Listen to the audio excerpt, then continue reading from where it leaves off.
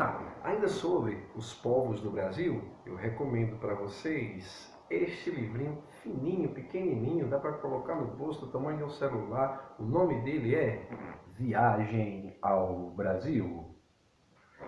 E o Viagem ao Brasil, de um alemão chamado Hans Staden. Foi ele que escreveu, e o Hans Staden, ele esteve aqui no Brasil lá pelo 1500 e pouquinho, 1516, e ele era um mercenário, ele fazia parte das tropas portuguesas e ele era um arcabuzeiro, ou seja, ele usava aquele arcabuz, aquela espingarda que tinha aquele cano, que o pessoal ainda hoje usa aqui, né? Na festa de Santo Antônio tem o pessoal que faz aqueles estouros, bom, enfim.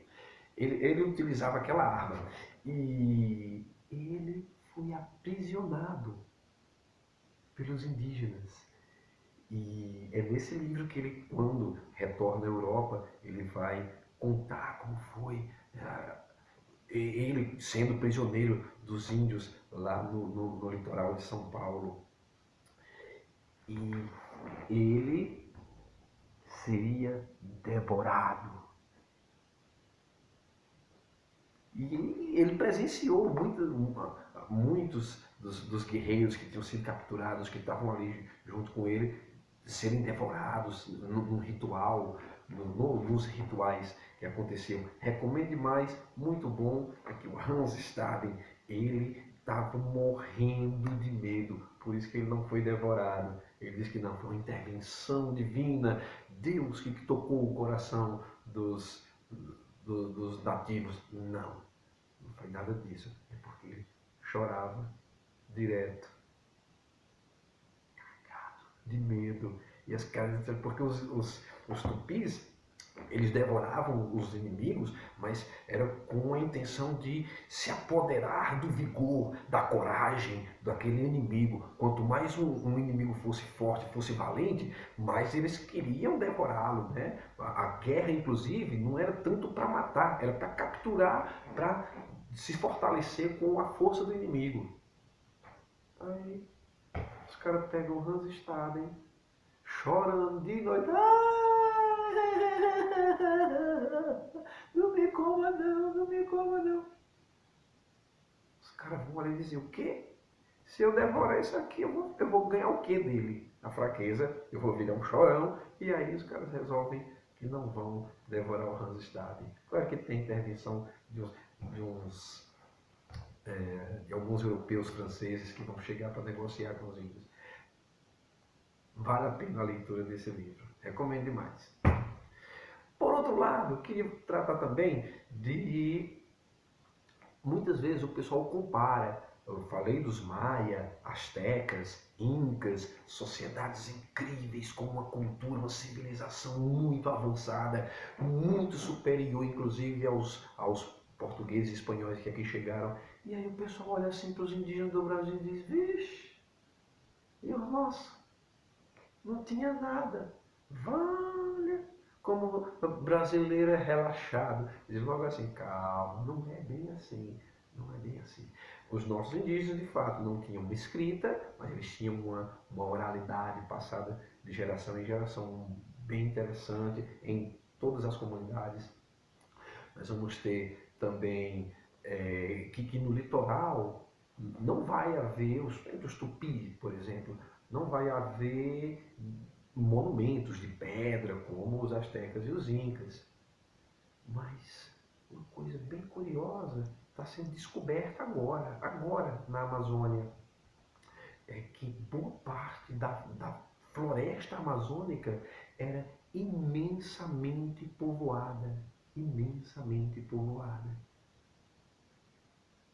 Que as redes de comércio eram gigantescas. Por exemplo, sugiro demais para vocês o livro 1499, do autor Reinaldo José Lopes. Muito bom. Procura, dá uma pesquisada e você vai encontrar um livro muito bom. Se chama 1499. Só o título já é bastante sugestivo, né? Os portugueses chegaram quando? Isso, 1500. E o livro se chama 1499, ou seja, o autor faz referência ao período anterior a chegada dos portugueses. E ele mostra povos bem interessantes, como por exemplo na ilha de Marajó, um povo com uma cerâmica, que a gente ainda hoje pode ver lá no Rio de Janeiro, no museu, na própria ilha de Marajó, uma arte fantástica, bem superior ao que a gente tinha na própria Europa. E a gente vai ter também aqui na nossa terra, a gente pode visitar no Museu Casa Grande, lá em Nova Olinda, as vasilhas que eles produziam, muito bem adornadas e enormes, né? Coisas que a gente utiliza até hoje, né? A rede, tão gostoso dormir de rede, isso é invenção dos índios. A gente tem, por exemplo, as peneiras, os cestos, também de produção indígena.